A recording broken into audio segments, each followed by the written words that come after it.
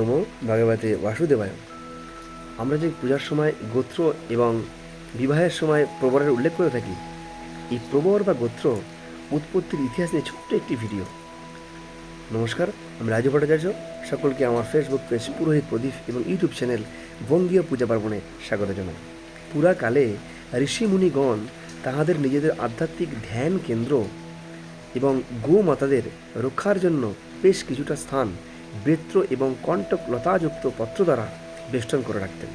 আর সেই বেষ্টনীর মধ্যে সেই আশ্রম বা সেই গোত্রান বেষ্টনীর মধ্যে সেই সময় যারা বাস করতেন বা পরবর্তী সময়ে বাস করেছেন তাহারাই, অর্থাৎ সেই ঋষিমুনির পুত্র ও শিষ্যগণ, সেই গোত্রকার ঋষিমুনির পুত্র ও শিষ্যগণ নিজেদের সেই গোত্রাধীন বা সেই প্রবরাধীন বা সেই গোত্রের বলিয়া পরিচয়টি দিতেন। পরবর্তীকালে সেই ঋষিমুনির পুত্রগণ পিতৃ পরিচয় হিসাবে সেই আদি গোত্রের উল্লেখ করিয়া আসছেন।